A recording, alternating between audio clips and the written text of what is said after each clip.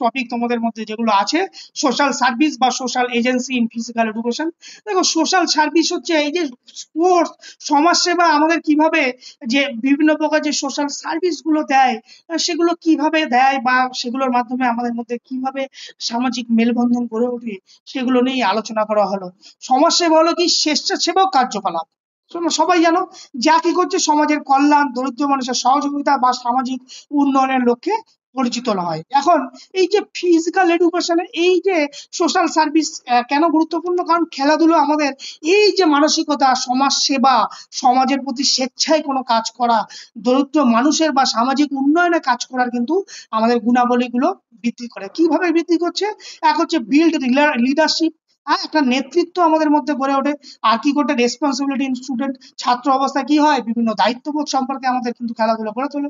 আর কি করছে? Promote team work and cooperation, yes, দলগত কাজ করার যে মানসিকতা এবং পারস্পরিক যে সম্পর্ক সেটা বজায় রাখতে সাহায্য করে।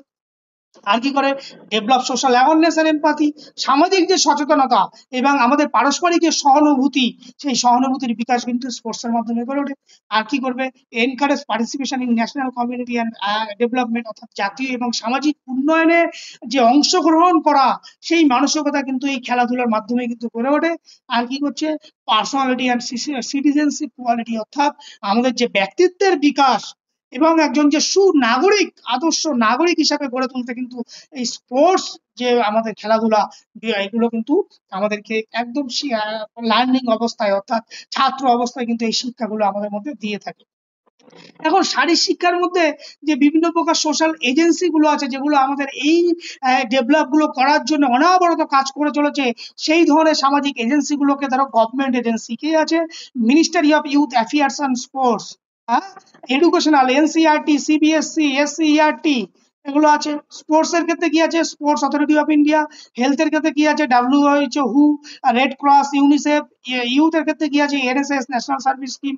আদার্স কি আছে? বিভিন্ন প্রকার এনজিও আছে, আখড়া আছে, ব্রতচারী মুভমেন্ট আছে, এনসিসি আছে, স্কাউট আছে। এগুলো কি করছে? এগুলো কিন্তু অনবরত আমাদেরকে সোশ্যাল সার্ভিস বা এই যে সোশ্যাল কোয়ালিটি ডেভেলপ হওয়ার জন্য ছাত্রছাত্রীদের উপর কাজ করে চলেছে। এখন রোল কি, এদের ভূমিকা কি আছে? শারীরিক শিক্ষা বা এটা কি করছে? Organize sports and fitness program, এরা কি করছে? ক্রিয়া এবং ফিটনেস প্রোগ্রাম বিভিন্ন সময় আয়োজন করে। আর কি করছে? প্রমোট করে মাস পার্টিসিপেশন ইন গেম, বিভিন্ন প্রকার সোসাইটির একদম বেশি সংখ্যায় যারা পার্টিসিপেশন করতে পারে সেই ব্যাপক অংশ যাতে নিশ্চিত করার তারা বিভিন্ন রকম বিভিন্ন প্রোগ্রাম মাঝে মধ্যে অর্গানাইজ করে। আর কি করে? আমাদের মধ্যে একটা great awareness about health, hygiene and fitness, আমাদের স্বাস্থ্য, পরিষ্কার পরিচ্ছন্নতা এবং ফিটনেস সম্পর্কে সচেতনতা গড়ে তোলে। আর কি করে? Providing training and coaching facility, এরা বিভিন্ন প্রকার কোচিং এবং বিভিন্ন প্রকার স্পোর্টস ট্রেনিং এর প্রশিক্ষণ প্রদান করে। আর হেল্প করে during the natural climate and social value, এরা কি হয়? বিভিন্ন প্রকার প্রাকৃতিক দুর্যোগ বা সংকটের সময় কিভাবে সমাজকে রক্ষা করতে হবে তার বিভিন্ন ট্রেনিং দিয়ে থাকে।